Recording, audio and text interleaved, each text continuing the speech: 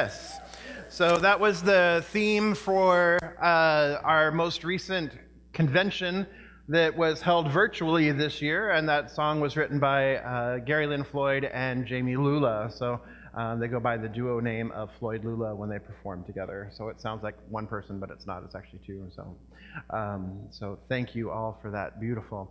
Let's start with our focus statement this morning, shall we? It's over there, beautifully done by the artistes in our community, which is all of you. So here we are. Let's say it together. We embolden people to live their highest potential through the transformative power of love.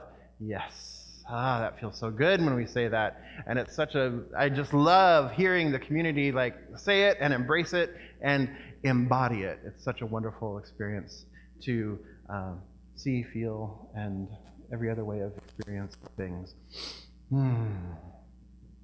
So this year we are working with the theme 2019. We are working with the theme Spirituality in Action. And this month's theme we are working with the idea of be truthful in facts and be truthful in facts and actions. And the sub-theme there is integrity, meaning wholeness, right? And being impeccable or in integrity with your word, being impeccable with your word, and not only being impeccable with your word, but being impeccable and in integrity with the way we live our lives. And so today's talk title then that was provided is Living a Spiritual Life. Living a spiritual life. So what does that mean, really? And that's what we're exploring here this morning. What does it mean to live a spiritual life? What does it mean? Huh? Be in the flow. What else could it mean? Being of service. Wendy? Practice what you believe in. Yes, there you go, right? That's what a foreign concept for some folks. Talk to God as you go along through the day. And where is God located? Right here. I love everybody went right here rather than right there, right? Knowing who you are, right? Perfect. Okay, so let's go have lunch. No. All right, so what we know here in our community here is that, and in Centers for Spiritual Living, is that we teach that God is all there is, or spirit is all that there is. So if spirit is all that there is, whose life are we leaving? Whose life are we leaving? Whose life are we leading? Spirit's, right? And ours. And it's our life, and we are spirit incarnate. We are the divine made manifest. So if we are spirit itself, is it possible then to live a life that isn't spiritual? You guys are so good. No, it's not, right? So if we are living, if it's our life and it's Spirit's life and we're one with that and we're cognizant and aware of that, then we are always living a spiritual life. So you'll often hear people saying, well, I'm a spiritual being having a human experience. You are a spiritual being having a spiritual experience. Now, whether you are aware that you're having a spiritual experience or not is a whole nother story, right? Because there are some days when it does not feel like we are having a spiritual experience. How could this be a spiritual experience, right? There are some days it's like, this is not spiritual. I don't care what kind of thing you're trying to tell me, this is not spiritual. But what we know is that spirit is all that there is, and it's always unfolding, and it is always expressing, and it's just a matter of us bringing our consciousness into alignment with it. Yes? Because that's really what's going on. That's really what happens when we think that we're not living a spiritual life. We have forgotten who we are. We have forgotten that we are the divine. We have forgotten that this life lives in, through, and as me, and me in, through, and as it.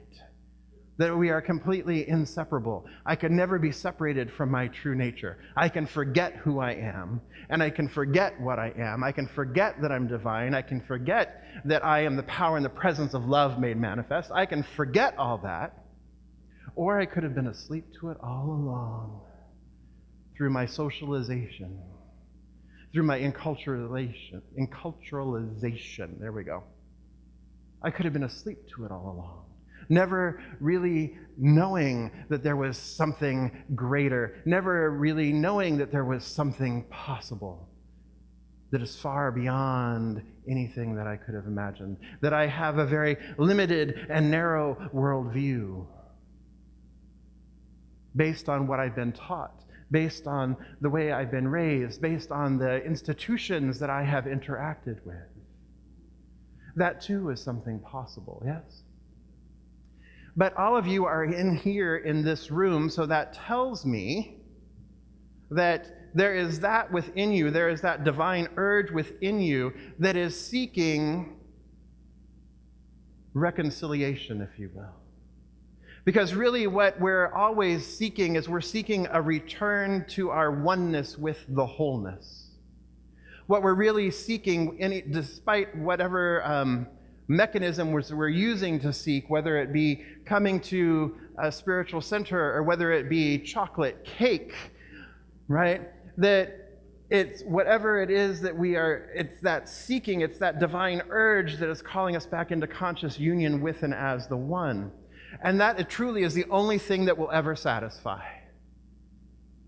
The alcohol, the drugs, the chocolate cake, the spiritual kumbaya, oming, it doesn't matter. It does. But what we're really seeking is conscious union, because what we've done is we've forgotten who we are. We have bought into the falsehood of separation. We've bought into the appearance of separation, that you are separate from me and that you are separate from each other and that we collectively are separate from somebody else and another group, that we collectively are separate from our environment, that we collectively do not belong to one another.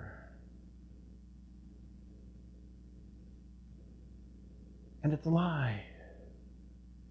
We've bought into the lie. We've bought into the illusion. We've bought into the appearance. We've bought into that false belief. And so we are walking through life self-medicating, self-meditating to try to bring ourselves back into alignment with the one, with our true self, with the source. And what we know is that it's never apart from us. It's always here. We're walking around with it. You are the one you've been seeking for. You've been the one that you've been looking for. You are the divine made manifest. And that is true of all of us. So while we are having a spiritual experience, we may not always be aware that we're having a spiritual experience. We may get caught in the swirl. We may get caught in the lie, but it's every time we do where we have the ability to awaken in consciousness and bring ourselves back, like training the puppy to bring it back to the newspaper. Bring it back to the newspaper, right? When it strays off the newspaper to go shishi. Right? That we keep bringing it back. We keep training it. We keep bringing it back. So that we then begin to live throughout our day in a more conscious awareness of the presence and the power of the one, living, moving, breathing, and having its being as us and us in it. That we keep bringing ourselves back to realizing that we are an integrated whole walking forward rather than disparate pieces, rather than trying to parcel it out. So being spiritual doesn't mean that you're only being spiritual when you are in spiritual practice, when you are practicing, when you are meditating, or when you are praying, or when you are studying, or any of the other of our spiritual practices. It doesn't mean that that's the only time we're being spiritual. We're being spiritual throughout our day. It's just a matter of bringing ourselves back to remembering that that's what we're doing, remembering who we are, remembering the truth. And then living our lives by walking in that presence and by practicing that presence. And then we get to take that out into the world into a larger degree. And so last week, Sunday, there were about 15 of us that went up to Adelanto and participated in the prayer vigil at Adelanto. And so if you participated in that, I invite you to please stand at this moment.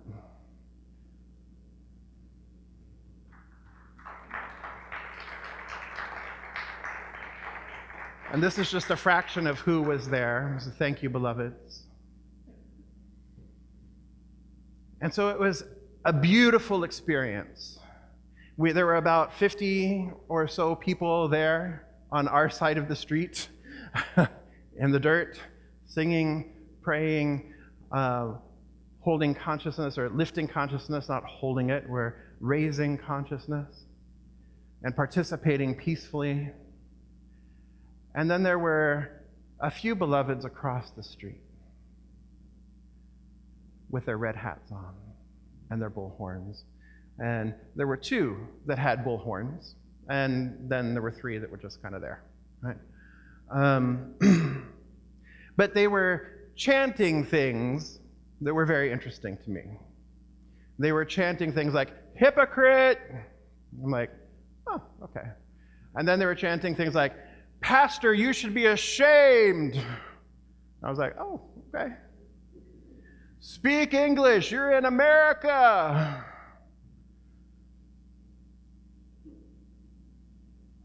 Thou shalt not kill! I was like, okay. And we stood on the side, being the power and the presence of love. We stood on our side, speaking truth to power, capital P and small p. We stood on our side, using our prophetic voices to make sure that the power and the presence of love was present right there, because that is taking spirituality and putting it into action. That is part of living a spiritual life, is to bring forth these ideas of spiritual principle and spiritual practice, and then actually really doing something with them, like putting them into practice. Yes. And so it was interesting to hear some of my beloveds on our side of the street then comment later, like, how did you do that? How did you continue to stay focused and stay in practice and stay right there when they were just saying all these crazy things? How did you not get distracted? Practice. Practice. Practice.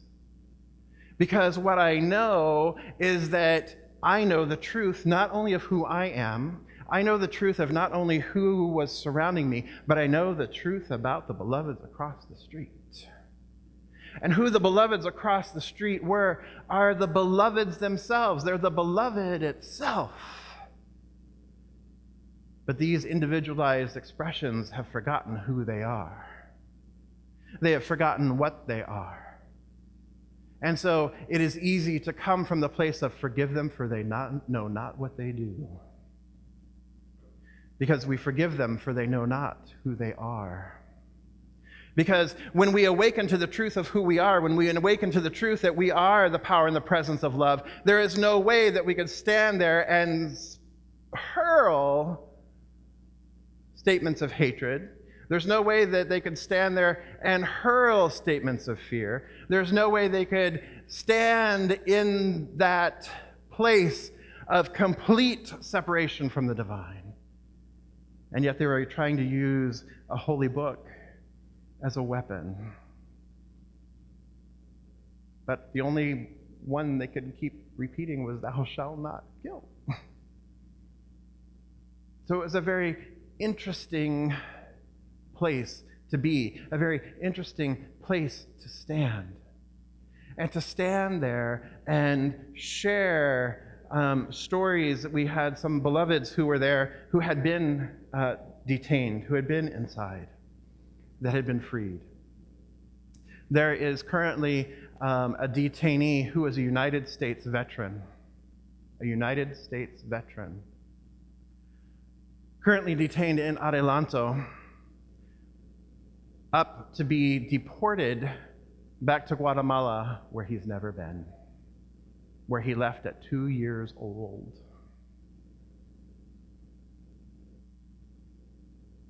It's unconscionable what's going on. But what we can see is that when we look out into the world, we can use our spiritual lens and we can use our spiritual practice and we can use our spiritual principles to then bring them to bear on what we see in reality, and that's reality with a small r. We have the opportunity to bring our consciousness to bear there, to bring our consciousness and place it right there and lift the consciousness of the planet. And there was one point when I invited everybody to say, "Beloveds across the street, we love you." That didn't go over so well at first. They're like, oh, I don't know. I don't know if I can say that one. Right? And I was like, look, what do we know to be true? If we know that we are love, if we know that we are the power and the presence of love, and that is what we want to see out into the world, then the first place that we have the opportunity to do that is to turn and face them and say, "Beloveds across the street, we love you." That is loving our neighbor as ourselves. That is loving those who stand opposed to us. That is loving those people who are so asleep, who are not awake to their own divinity, much less, well, not awake to their own humanity, much less their own divinity. And so the group, the second time, was able to do it. They're like, "Yeah, let's go." Right? "Beloveds across the street, we love you." What an amazing thing to have happen. They didn't know what to do on the other side. They were silent for a second, like, what the heck was that? Oh yeah, we need to continue yelling on our bullhorns. But for a brief second, for a brief moment, hatred was silenced. Fear was silenced. Because the opposite of love is not hatred. The opposite of love is fear. And when we recognize that, we can come from a greater place of compassion. And so what happened in New Zealand this week, too? Again, unconscionable, deplorable, awful, tragic. And yet it is the same mindset, is that same idea that they are separate. They are somehow other than we are. And it was this belief in this man who so is not in himself and lost his own way, who's not aware of who he is not aware of the love that he is. In that separation, he was then able to commit a terrorist act, an act of violence.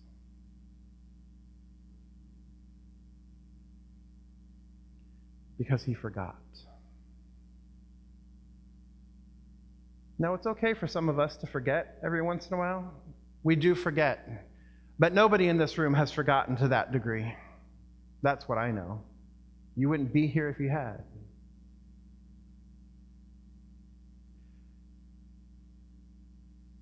He forgot. They forgot. The systems have forgotten. The people in the systems have forgotten who they truly are, who we truly are. That each of us is a sister, a brother, or a sibling. Each and every one of us.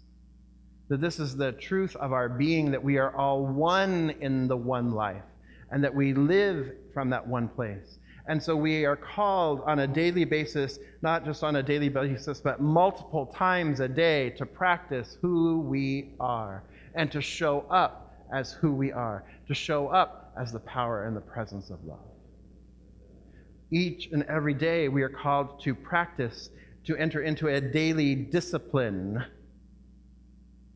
to live out our faith, to live out our spiritual principles, to live out our spiritual practices. Are you up for the task? Thank you, Earl. Earl's ready. Are you up for the task? Okay, about half of you. I'm going to try it one more time. Let's see. And if you're not, that's fine. But are you ready? Okay, much better. Thank you. It's like just me and Earl. Hey, doing our work. So we have several opportunities coming forward in our spiritual community here in the next few weeks for us to step into and to practice what it is that we teach, and to go deeper and to learn and discover or rediscover ourselves, and rediscover who we truly are and what we truly are and how we can live out into the world. So the first opportunity that we have to begin to really help deepen a spiritual practice, if you want to begin practicing a more regular practice, is starting on March 25th. Reverend Sonia Byrne is going to be doing a free morning meditation from 6:30 a.m. until 6:45 a.m., and it's going to be on Zoom. And it's starting your day off right, so it is rise and shine, and then start your day in joy and enjoy your day. Start your day, enjoy, and enjoy your day.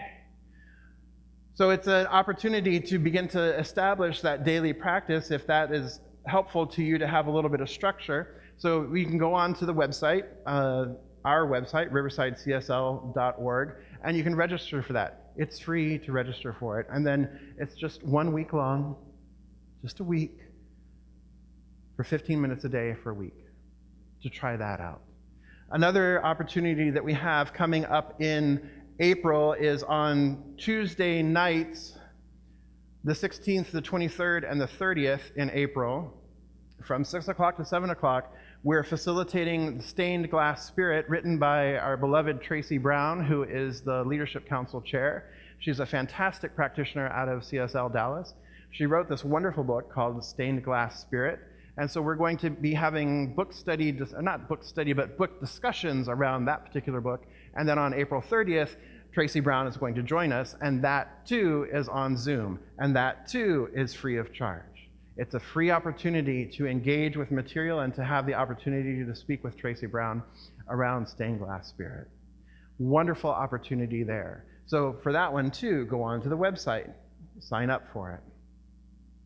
We also have coming up the Treatment and Meditation Spiritual Practices class. Allison and I will be facilitating that. If you've already had Beyond Limits or Foundations, then you're eligible to take the class, and it is a 10-week class that focuses on the two spiritual practices of meditation and spiritual mind treatment, also known as affirmative prayer. So these are some of the opportunities that you have coming up. Also on the 31st, Reverend Carol Lotz will be here, and she's doing a workshop called The Healing of Color, and that's only $25.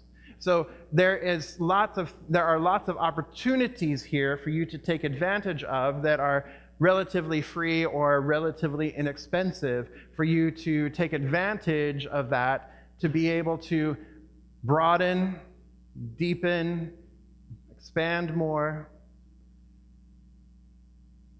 and become more conscious and help practice living in a more conscious reality, living a more conscious life.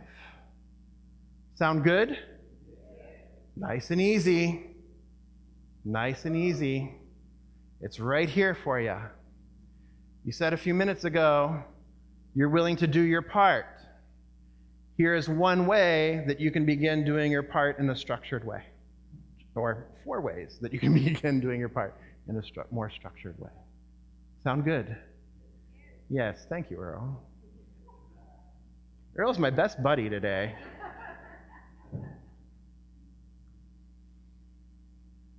So remember, who are you?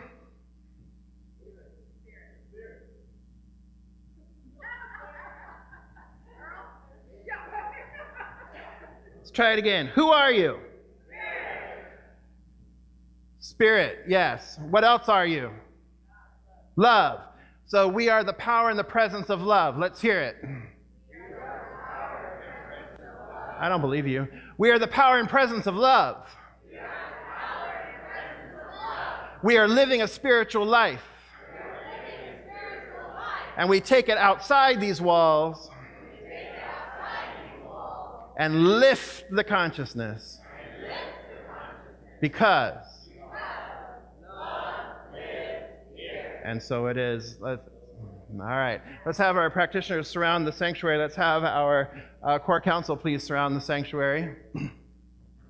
These beloveds are in service every day. They are in prayer every day, holding the high watch for this beloved community, holding the high watch for each one of you. If you have submitted a prayer request, whether it's online or in the prayer box outside, that know that those are also being prayed over and prayed for this entire week. So let's come together in consciousness, shall we? Right here and right now, I recognize that there is just simply this one power, this one presence, this one life, and it lives, moves, breathes, and has its being in, through, and as all of creation. That all of creation is the manifest body of this one life. It is the natural extension of this first cause. It is this natural expression and expansion of this first cause. And as I know that it is all that there is, I recognize that it is who I am as well. That is the very truth of my being. I am in alignment with it. I am one with it. I am living, moving, breathing, and having my being in and as it. I am never, ever separated from it, for I could not be, because it truly is all that there is. And as I know that this is true of me, I know that this is true of everyone present. I know that this is true of all of life, of all of creation. That I and my sisters and brothers and siblings are one. And so I speak my word here and now for this community, knowing that we are the power and the presence of love in Riverside and out into the greater, larger community. That we have said yes to a call on our spirit, to a call on our hearts, to a call on this community itself. We have said yes to being spirituality in action. We have said yes to living our highest potential. We have said yes to being the conscious presence wherever we go. We have said yes to being in integrity, to living a whole and complete life, an integrated life. We allow any idea of, or sense of separation, of otherness, to simply fall back into the nothingness from which it came. For there is no spiritual law to maintain or sustain it, because there is only one spiritual law, there is only one spiritual life, and that is the life of the divine, and that is who each one is. And so I give thanks for all of the blessings. I give thanks for each life, knowing that it is beautiful, knowing that it is perfect, knowing that it is the divine, knowing that it is love itself.